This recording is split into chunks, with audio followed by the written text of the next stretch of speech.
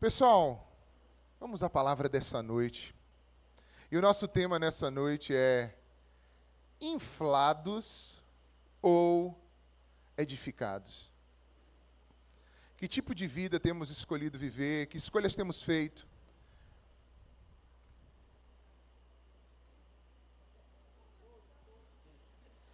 Inflados ou edificados? Eu queria primeiro passar numa passagem bíblica aqui, Mateus capítulo 14. Só para a gente... Não, desculpa, não é Mateus 14 não, só um instante.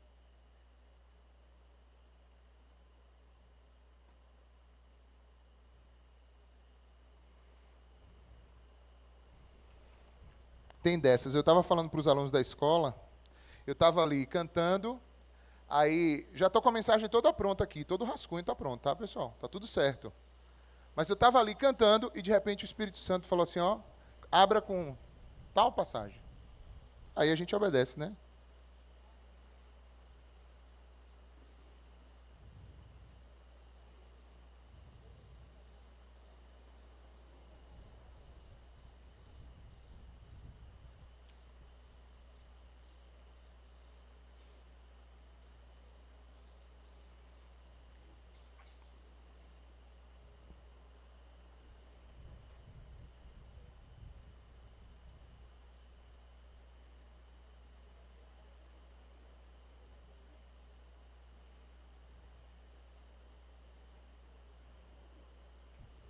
É Lucas.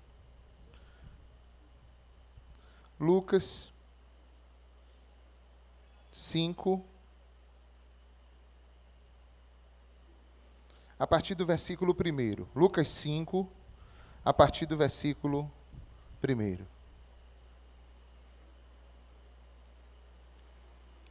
Esse texto fala de um encontro de Jesus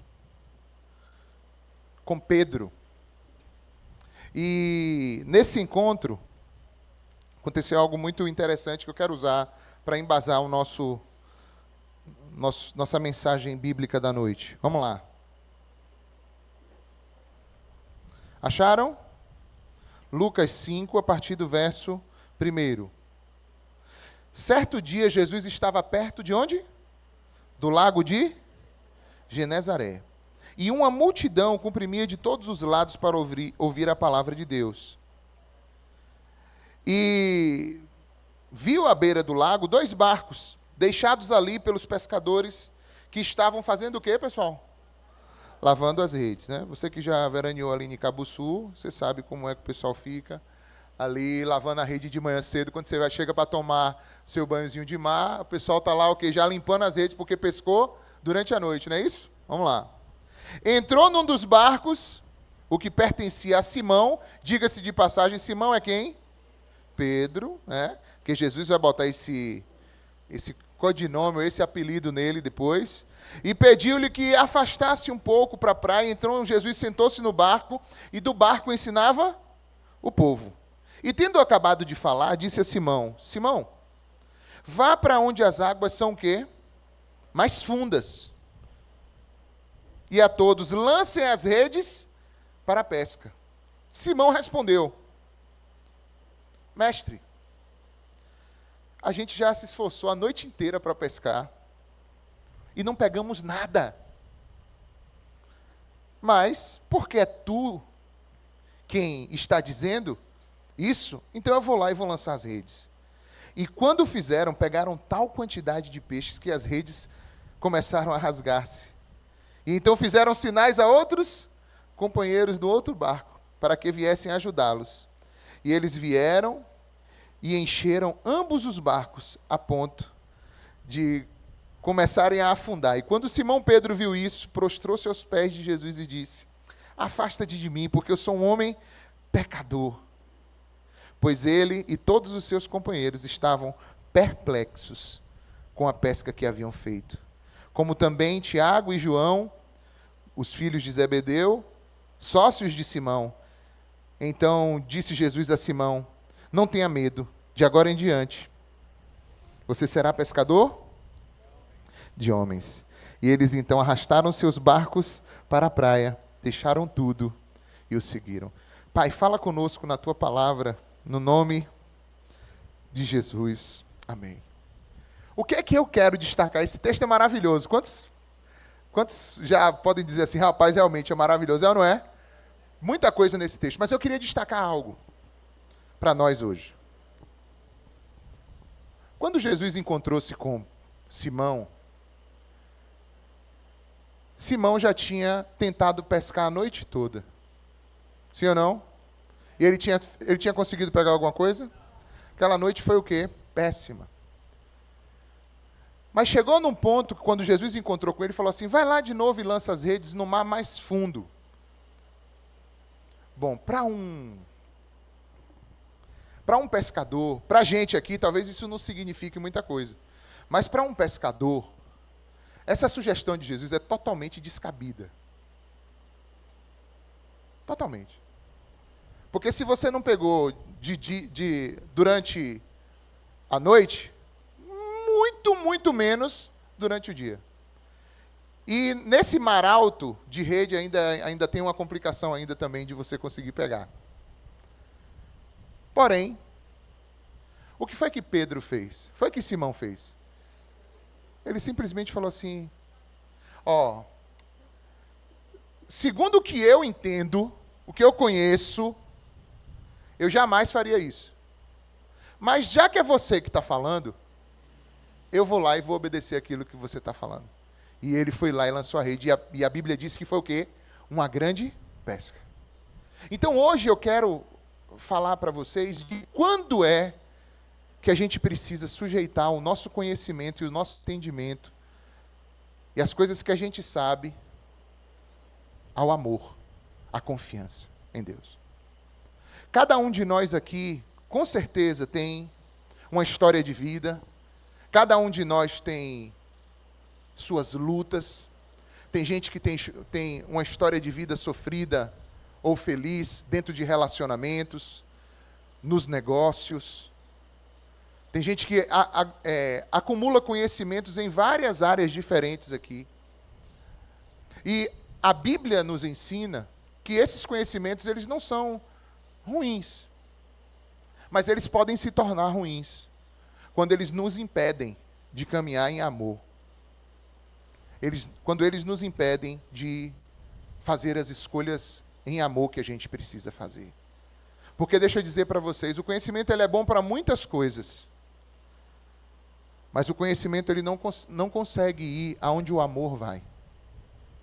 Ele não consegue durar o que o amor dura. Ele não consegue alcançar o que o amor alcança. Ele não consegue suportar aquilo que só o amor suporta.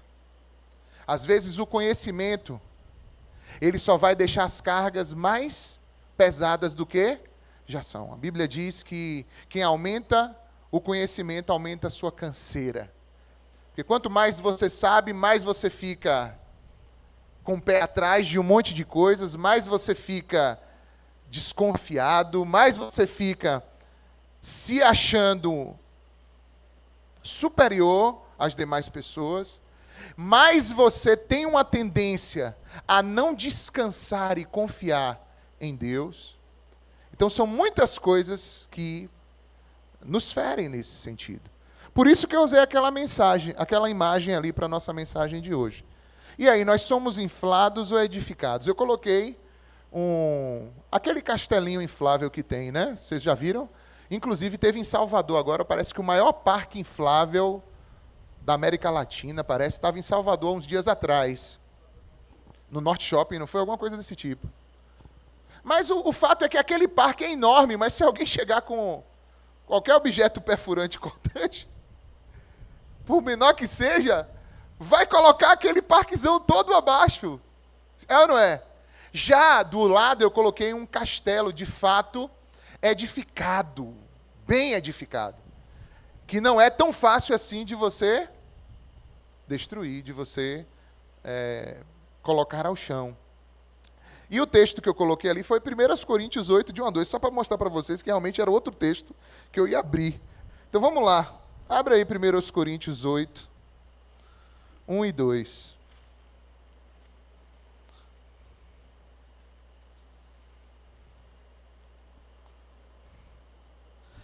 Eu não sei em que área da tua vida Deus vai falar com você nessa noite. Eu não sei o que é que...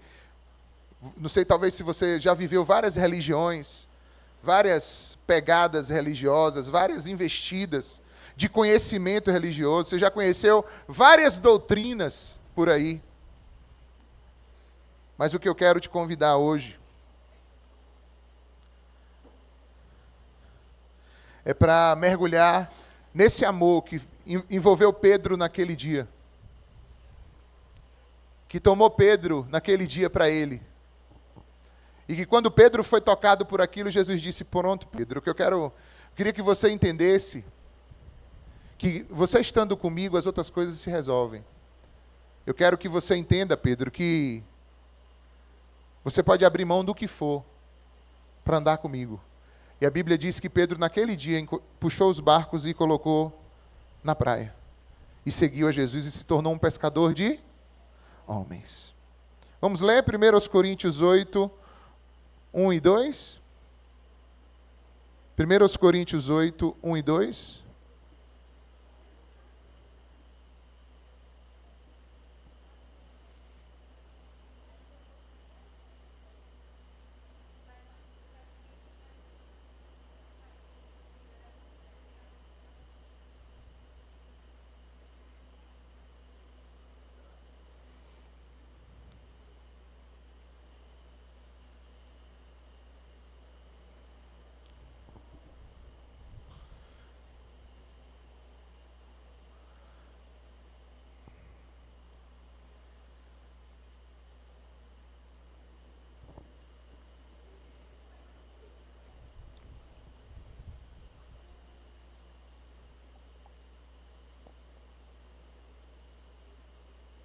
Primeiros Coríntios 8, 1 e 2. Pronto. Vamos lá. Olha o que diz. Vamos juntos ali? Quanto à comida sacrificada aos ídolos, sabemos que todos temos o quê? Conhecimento. Todavia, o conhecimento traz orgulho, mas o amor edifica. Versículo 2. Quem pensa conhecer alguma coisa, ainda não conhece como deveria. Porque em todo momento da vida, por mais que a gente conheça, a gente precisa sujeitar o conhecimento ao amor. Ao amor. Às vezes você sabe muito sobre vida, sobre trajetória de vida. Às vezes você já sofreu tanto em situações da vida que o teu conhecimento te impede de seguir à frente ou de, mais uma vez, dar um passo de fé e de confiança em um determinado sentido.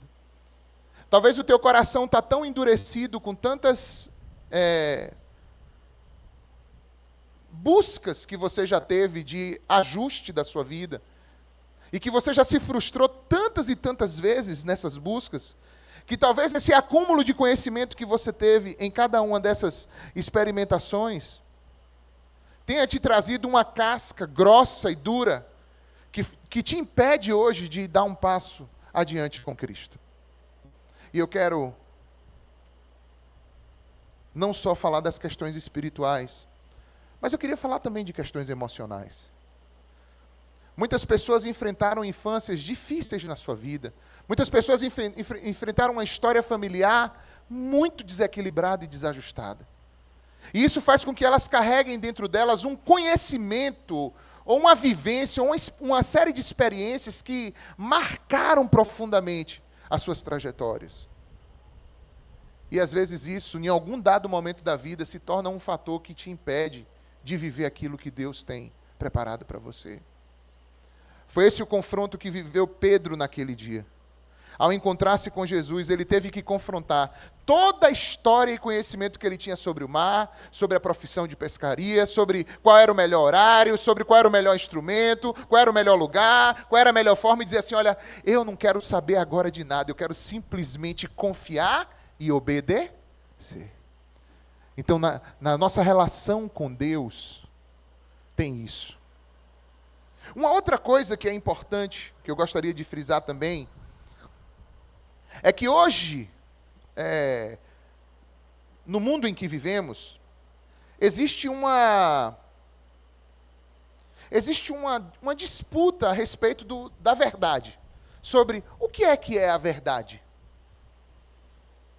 E às vezes a verdade para as pessoas hoje, ela está ligada ao tanto de conhecimento que você tem sobre determinada coisa. Então a verdade, às vezes, é uma verdade para a pessoa somente científica, somente epistemológica, somente uma verdade que você pode absorver ela estudando sobre determinado assunto.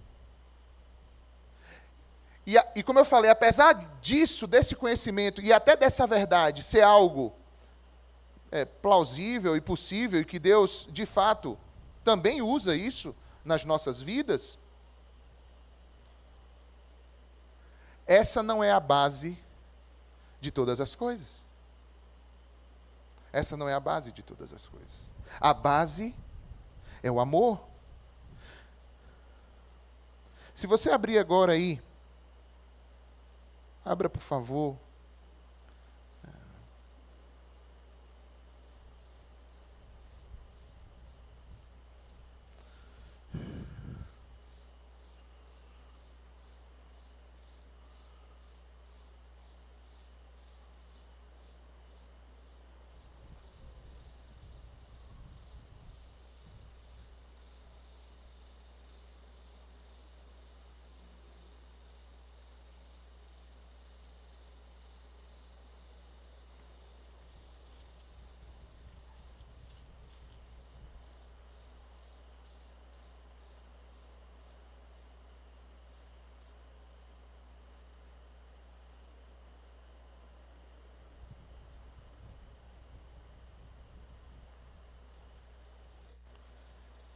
Ainda em 1 Coríntios, só volta alguns capítulos, capítulo 1.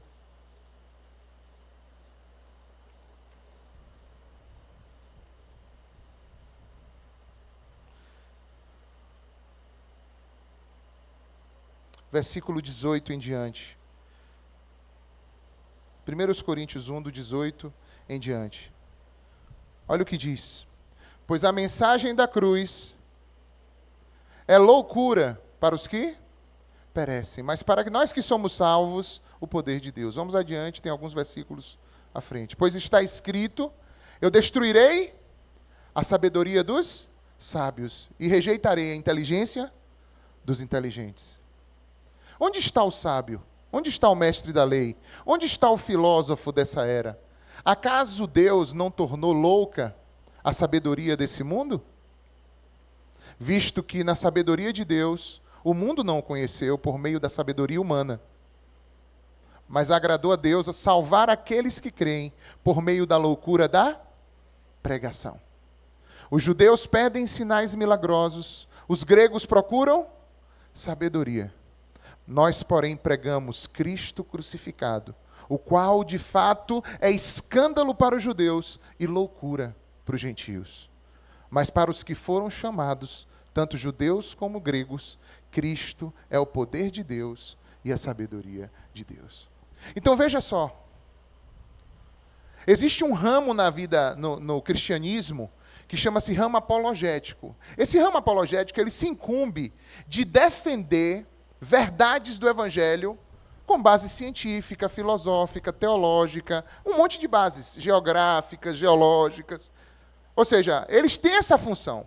Mas a base do Evangelho não é nada disso. Ainda que tenham cristãos peritos em defender verdades cristãs, a base do Evangelho não é isso. A base do Evangelho é a loucura da pregação. Que pregação? A pregação da cruz. Em que Cristo foi para a cruz e deu a vida por nós, pecadores. E isso, para a mente tomada do conhecimento, isso é uma aberração. Quando você prega um Deus que se entregou para ser morto numa cruz, isso é uma aberração. Por que Deus é esse? Se Ele é Deus, como é que Ele morreu? Como é que Ele foi para a cruz? Que fraqueza! Mas é essa pregação que Deus nos confiou. E por mais que ela seja loucura, ela vai sendo ministrada e anunciada, e o próprio Deus, pelo seu Espírito, vai fazendo com que os que estão do outro lado, sendo trabalhados pelo Espírito Santo, creiam na mensagem. Então não se trata, quando eu venho pregar aqui, de tentar te convencer se o que eu estou falando é verdade ou não, dentro de um aspecto científico. A Bíblia já começa assim, ó, no princípio Deus criou os céus e a terra. Um livro que já começa desse jeito, ele não está querendo explicar nada. Ali não é para explicar nada para você.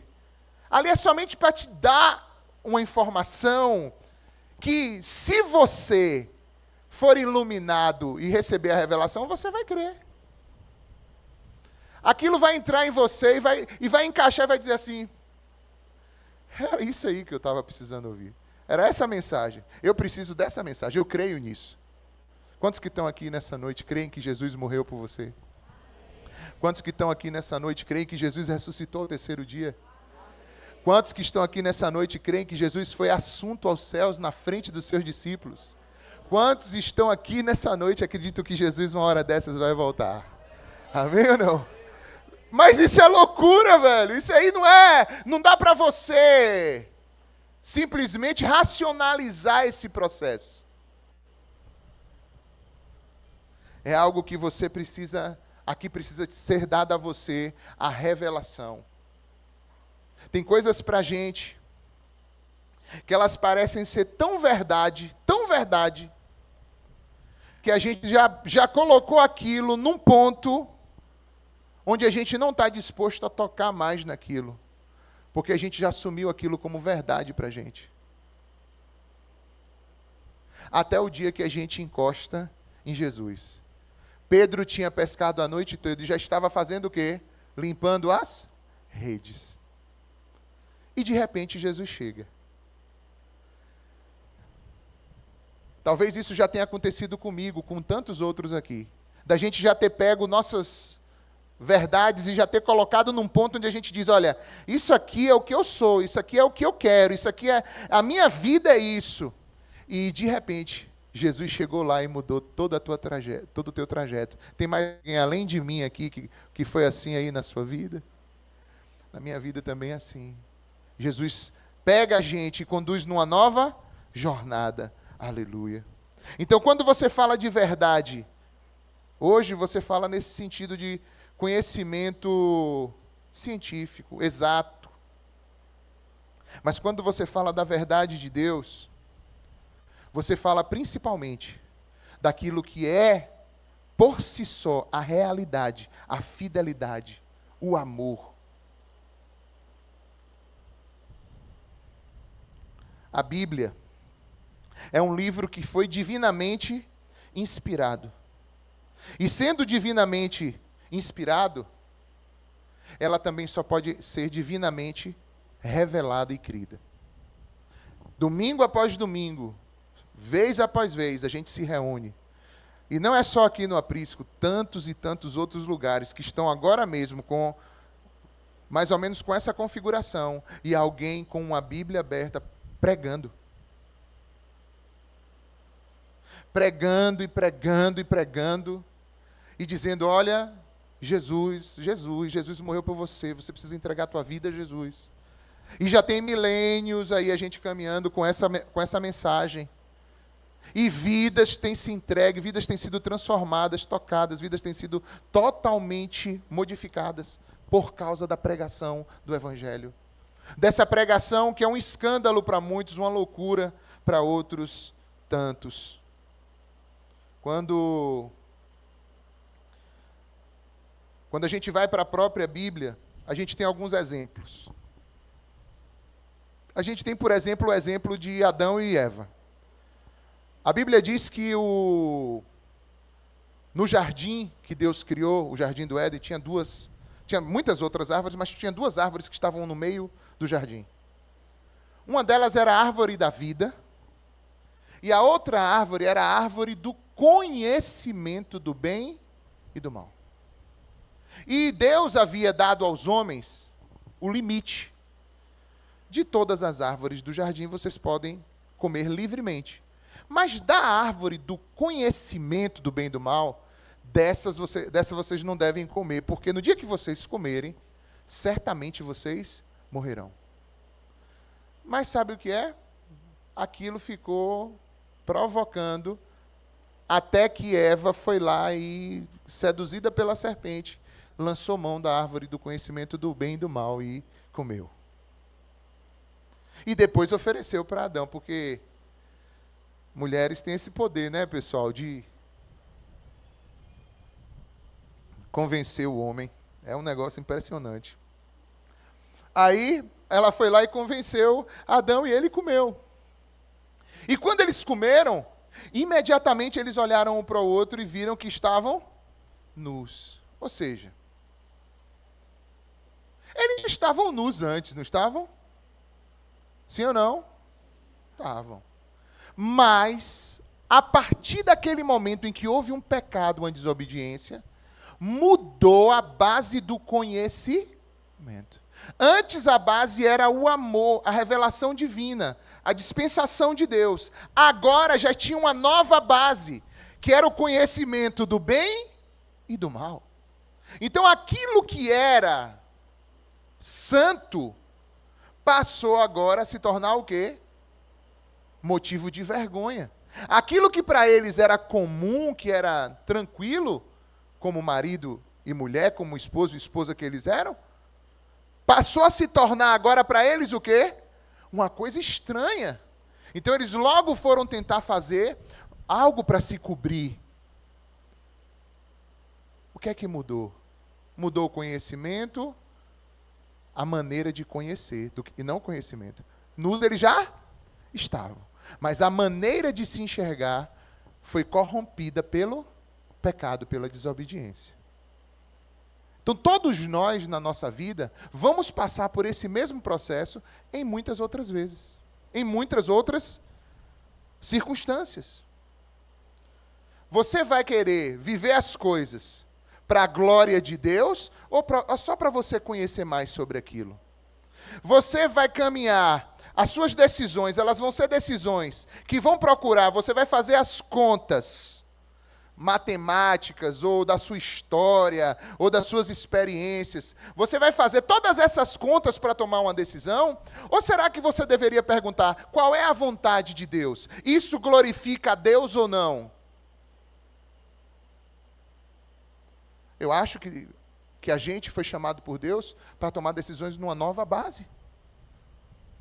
Que a decisão que eu tenho que tomar não é muito fazendo conta da minha história ou de qualquer coisa desse tipo, mas eu preciso entender que em Cristo eu sou nova criatura, em Cristo Deus pode fazer novas todas as coisas na minha vida, e que eu posso, pela fé, trafegar nesse caminho do novo de Deus, da eternidade, das coisas que glorificam a Deus, e não necessariamente daquilo que simplesmente me agrada. Em alguns momentos, preste atenção nisso, em alguns momentos, parece que as coisas que Deus fala com a gente, elas são completamente ilógicas, ou elas parecem ser, às vezes, fora da dimensão de justiça comum. Às vezes você tem uma pessoa que está contigo, e você fala assim, poxa, eu já entrego tudo que é de direito dessa pessoa, eu já entrego. E parece que aquela relação, aquela pessoa está sempre te levando a ter que suportar mais, a ter que caminhar mais, e às vezes a tua conta não bate. Fala, poxa, eu estou entregando tanto nessa relação, mas a pessoa só me entrega tanto. Por que devo eu continuar nessa relação? Essa relação já está para mim ficando tóxica. Mas será que é isso mesmo? Será que você já perguntou para Deus o que é que Deus espera de você? Será que as decisões que você tem tomado são baseadas naquilo que Deus deseja? Ou naquilo que você tem achado que é melhor para você? Será que você se pergunta qual o caminho que glorifica a Deus? É o caminho da verdade que eu ponho sobre mim e que todo mundo que esteja em volta engula o que eu penso sobre mim? E naturalmente As pessoas que estão em volta de você, quem te ama, vão engolir. Mas no final das contas, essa verdade que é sua, vai chegar em um ponto onde ela vai se bater com aquela verdade revelada de Deus a respeito de você. E se isso não tiver ajustado, a tua verdade, por bem ou por mal, vai ser despedaçada diante daquele que é a verdade. Então, quando Jesus diz assim, eu sou o caminho, e a verdade, a vida, e ninguém vem ao Pai a não ser por mim, ele não está sendo arrogante. Ele está dizendo para você, para e pensa se as tuas verdades estão sendo edificadas nessa base. Você está construindo um castelo inflável, ou você está construindo um castelo sobre a rocha? Você está construindo a tua vida como uma bolha inflada, cheia de orgulho, de soberba? Ou você está construindo a tua vida sobre o fundamento sólido da obediência à palavra de Deus? Você está dando os seus passos, buscando o seu bel prazer, a sua boa vontade? Porque eu não vejo nada de mais, eu não vejo nada de errado, da maneira como eu lido com minha grana, da maneira como eu lido com o meu corpo. Eu não vejo nada de errado, mas você já perguntou ao Espírito de Deus? Você já deixou o Espírito Santo dirigir a tua vida a respeito daquilo que Ele quer para você? Das tuas decisões? Porque eu não posso te convencer de nada e nem quero. Mas eu preciso pregar essa palavra. E ao pregar a palavra, eu sei que a revelação vai chegar ao coração de quem Deus quer que chegue. Porque quem trabalha no convencimento de cada pessoa, não sou eu. É o Espírito Santo que vai falando dentro de você. E que quando a palavra vai chegando, você vai falando assim, poxa, velho, está falando para mim isso aqui, poxa, Deus está falando comigo, Deus está me confrontando, Deus está me quebrando todo, Deus está me... E aí você simplesmente se despedaça e você se rende. Você diz, como Pedro disse, Senhor, eu já tentei a noite toda, não peguei nada, mas...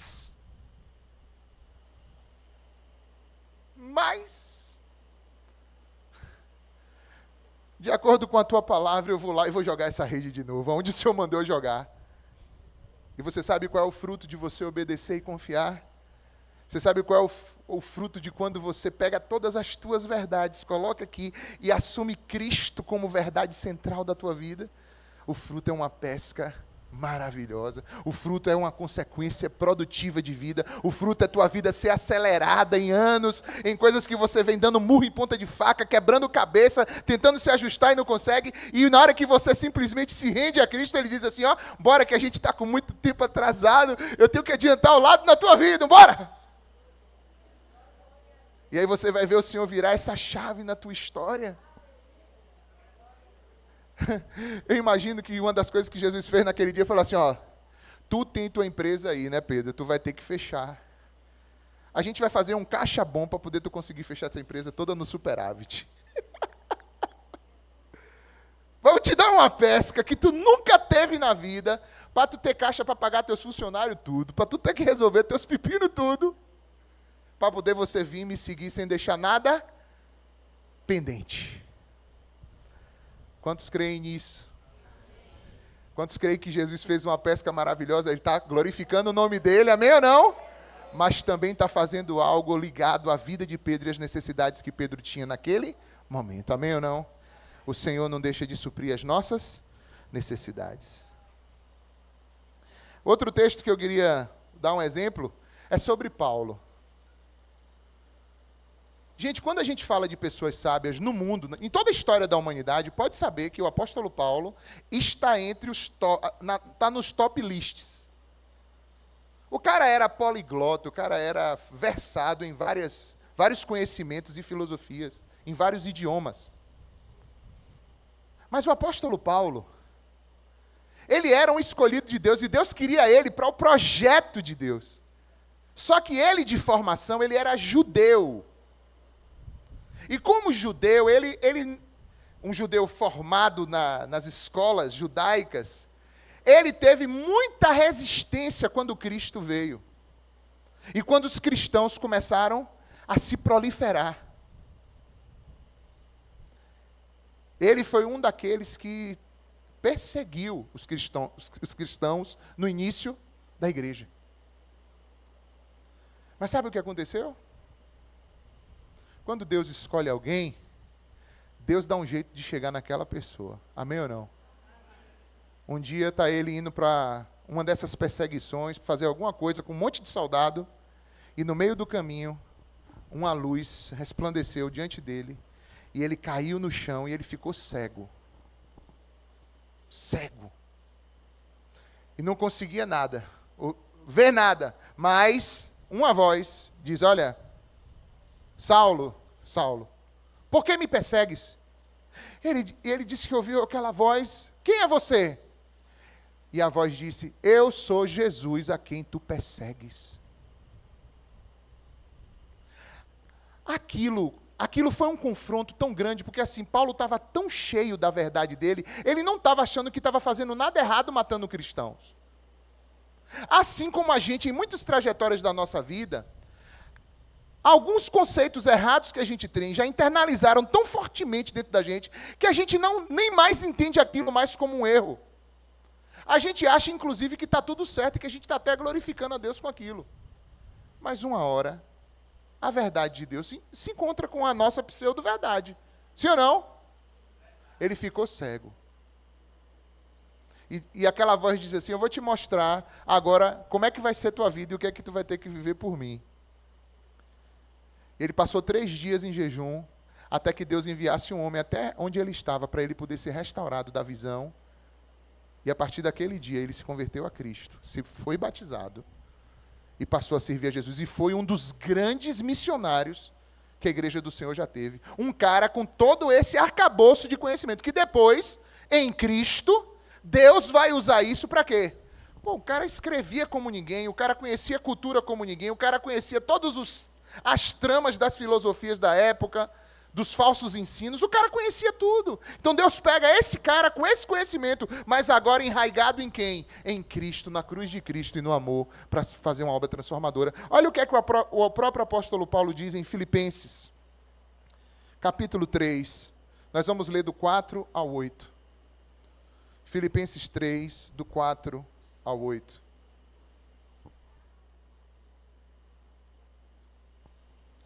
Vamos aqui pelo projetor. Filipenses 3, do 4 ao 8.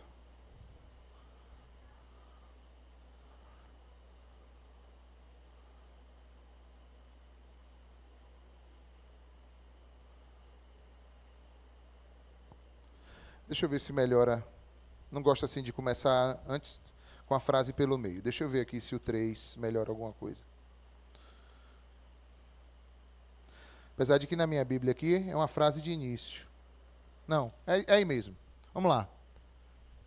Embora eu mesmo tenha razões para ter tal confiança. Se alguém tem razões para confiar na carne, eu, o quê? Ainda mais. Por que ele está falando isso? Porque ele tinha um currículo, olha só. Segue adiante, até o 8. Vamos até o 8.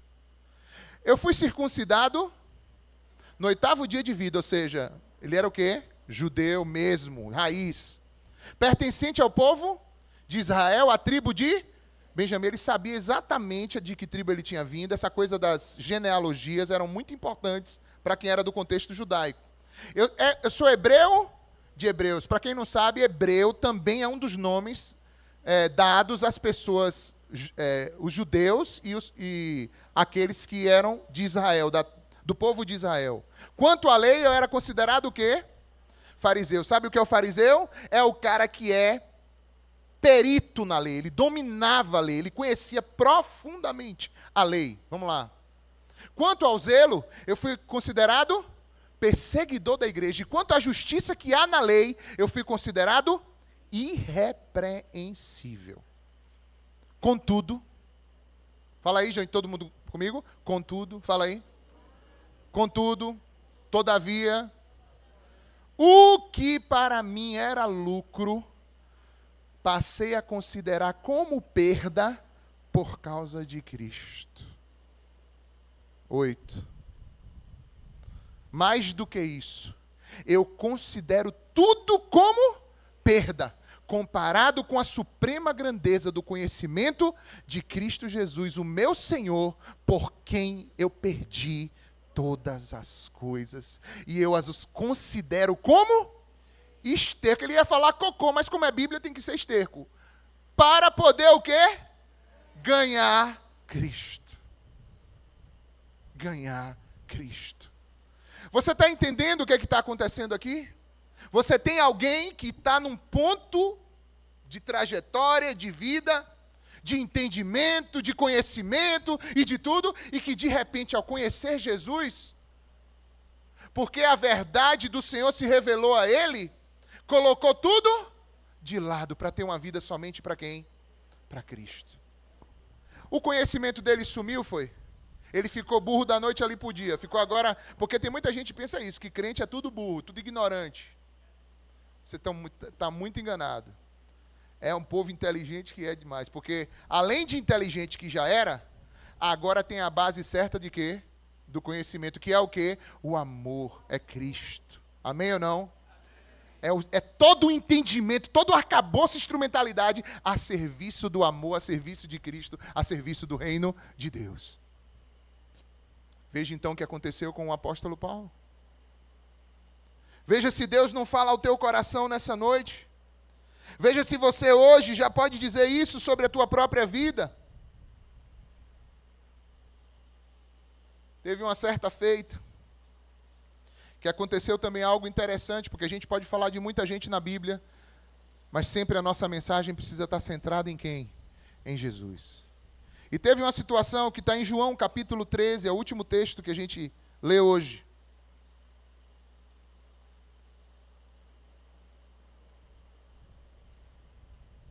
A palavra do Senhor diz que em Cristo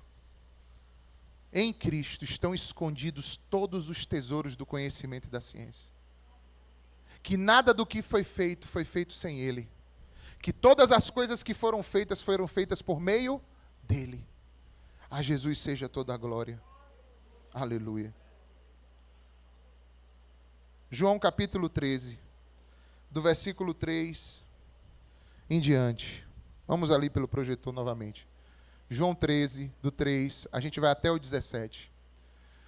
Jesus, sabendo que o Pai havia posto todas as coisas debaixo do seu poder, que viera de Deus e voltava para Deus, ou seja, Jesus estava consciente daquilo que Deus estava fazendo através da vida dele. Ele poderia se orgulhar disso, não é?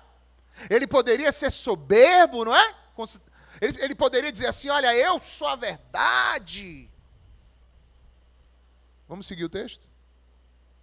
Levantou-se da mesa, tirou a capa, colocou uma toalha em volta da cintura. Depois disso, derramou água em uma bacia e começou a lavar os pés dos seus discípulos, enxugando com uma toalha que estava na cintura. Então chegou até quem, pessoal? Veja como é o agir de Deus. Chegou em Pedro. Então chegou até em Simão Pedro, que ele disse, Senhor, tu vais lavar os meus pés? Tu vai lavar meus pés? Jesus respondeu, Pedro, você não compreende agora o que eu estou fazendo? Mais tarde, porém, você entenderá. Pedro disse, nunca, Jesus, nunca tu lavarás os meus pés? Jesus então respondeu, se eu não os lavar, você não tem parte comigo. Então Pedro respondeu, Senhor, não lava então só os pés não, mas pode lavar as mãos, a cabeça, lava tudo. Jesus respondeu, Pedro, quem já se banhou, precisa apenas lavar os pés, porque todo o corpo já está limpo. Aliás, vocês estão limpos, mas nem todos. Jesus sabia quem iria traí-lo, e por isso disse que nem todos estavam o quê? Você sabia de uma coisa, irmãos? Vocês sabiam que Jesus já sabia que Judas ia trair, ó? Mas Jesus não quis andar com Judas no conhecimento. Jesus quis andar com Judas em quê? No amor. Você sabe qual é a diferença desses dois caminhos na trajetória de um cristão? É esse aí. Não é que você vira um ignorante, um abestado, um abestalhado, que você não sabe do que é que os outros estão fazendo. É que você já entendeu que o preço que Cristo pagou na cruz, vale a pena você sofrer aqui por amor de alguém. Para ver se alguém acontece o quê? Se arrepende, para ver se alguém cai na real. Jesus andou amando Judas até o último instante. Jesus sabia que, quando terminou de lavar-lhes os pés, Jesus voltou ao seu lugar, então perguntou: e aí, pessoal? Vocês entenderam o que eu fiz a vocês? Vocês me chamam de mestre e senhor, e vocês têm razão, eu sou. Jesus não tinha essa falsa humildade também, tá, pessoal? Ele sabia quem ele era. Ninguém está falando aqui de você ter falsa humildade. Ninguém está falando aqui de você não saber e não reconhecer os potenciais e as coisas que Deus carregou sobre a tua vida. Mas de você, entendendo isso, sujeitar isso a quem? A Cristo, ao amor, ao serviço. Amém ou não? Eu sei que eu sou. Pois bem, se eu, sendo Senhor e Mestre de vocês, lavei os pés de vocês, então vocês também devem lavar os pés uns dos outros. Vamos até o 17. Eu dei o exemplo para que, como eu fiz, vocês também façam. E em verdade lhes digo que nenhum escravo é maior do que seu senhor, e nenhum enviado é maior do que aquele que o enviou. Agora que vocês sabem essas coisas, bem-aventurados vocês são, se as praticarem.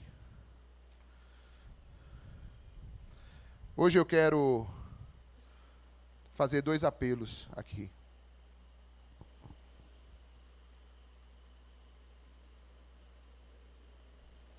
O primeiro apelo é para você que talvez esteja aqui hoje e já fez muitas caminhadas na sua vida, muitas jornadas, inclusive familiares, pessoais, religiosas, eu não sei. Mas eu quero te convidar hoje a renunciar tudo para ter só a Cristo. Eu quero te convidar hoje a você colocar tudo de lado para ter só a Cristo na tua vida. Eu queria saber se hoje tem alguém aqui que queira tomar essa decisão. Se tem alguém hoje aqui que precisa renunciar tudo e passar a viver só para Jesus. Conhecimento eu sei que você já tem, mas eu estou pregando aqui com amor e com fé. E se Deus falar ao teu coração nessa noite, fale, estenda a sua mão, eu quero orar com você. Tem alguém hoje aqui que deseja tomar essa decisão? Basta dar um sinal assim com a sua mão, ó. Eu vou orar com você hoje, se tiver. Há alguém hoje? Há alguém hoje disposto a renegar toda a tua verdade que você tem dito que é verdade e reconstruir a tua verdade sobre aquele que é a verdade, Cristo, a respeito de todas as coisas? Há alguém mais aqui hoje que queira largar a mão de todo o teu aparato estrutural de conhecimento do que for, e que a palavra do Senhor falou ao teu coração nessa noite? Se tiver, dê um sinal. Eu quero orar com você. Se tiver alguém hoje aqui com esse sentimento, com esse desejo, dê um sinal com a sua mão, eu quero orar com você.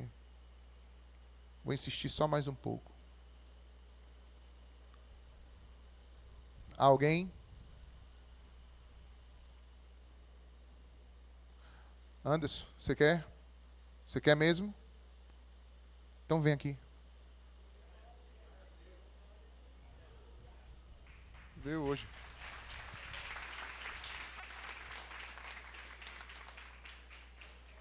Tem mais alguém hoje que queira tomar uma decisão assim? Eu vou fazer um segundo apelo ainda.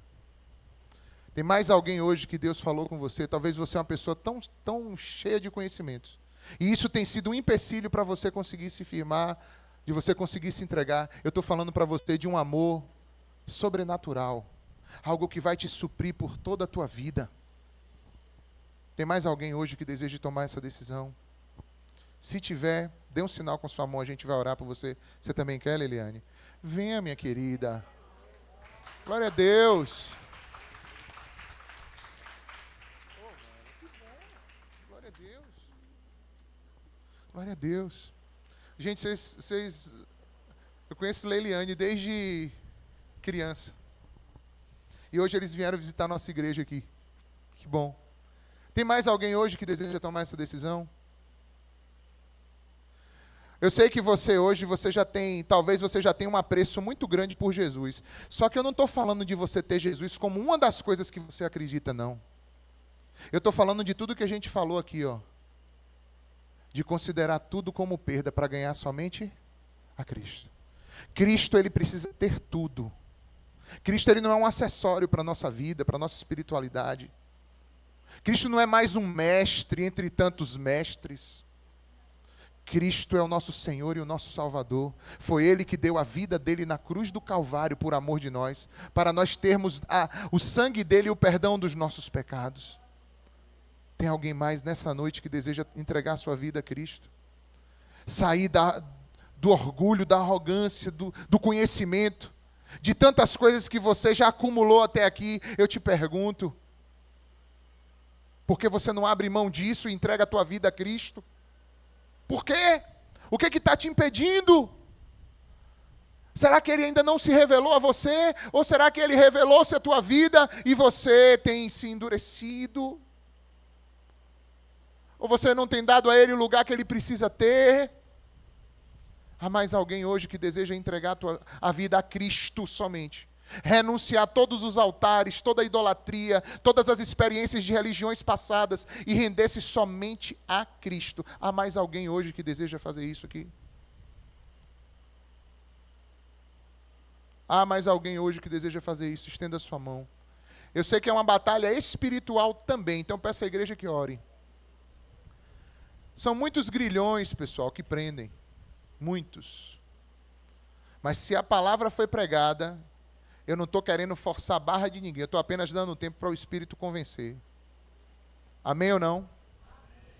Tem mais alguém hoje que está aqui, que precisa fazer isso? E que quer tomar essa decisão? Se tiver, estenda a sua mão. Aonde você estiver, eu quero orar com você.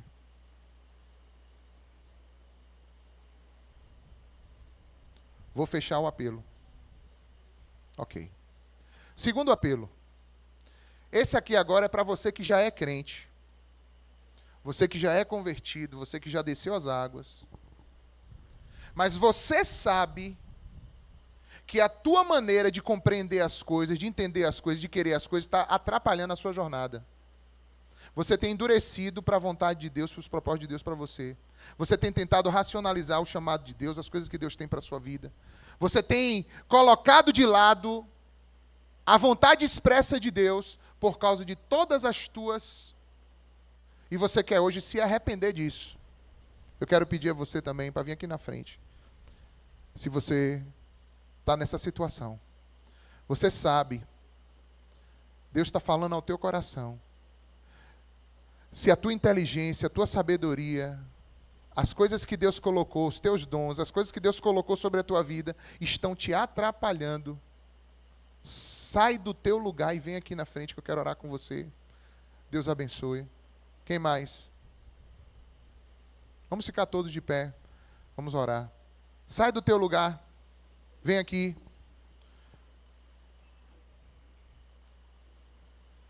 Vem aqui. Dora tem algo para falar. Eu vim aqui à frente porque há 2 dias eu declarei em casa que eu e a minha família, eu fiz uma oração a Deus. Eu e a minha família precisávamos deixar de fazer as nossas próprias vontades para fazer a vontade de Deus. E isso foi o que foi pregado aqui hoje. Amém, Dora. Obrigado por ter vindo. Você que está endurecido, endurecida, está dando murro em ponta de faca, já conhece Jesus, já sabe, mas está endurecido, com o coração endurecido, está cheio de orgulho dentro do coração, está fazendo um castelo inflado, podendo estar fazendo um castelo edificado. Há mais alguém que quer sair do seu lugar e dizer assim, eu preciso dessa oração. Olha aí. Vem mais gente aqui, ó.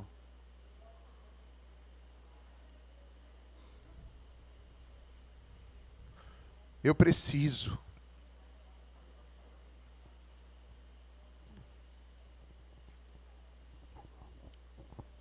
Pronto? Vamos orar então? Você pode baixar sua cabeça um pouco? Nós vamos orar primeiro por Anderson, por Leliane, e depois vamos orar pelos demais irmãos que vieram aqui à frente. Pai, nós estamos aqui, te agradecemos, Senhor.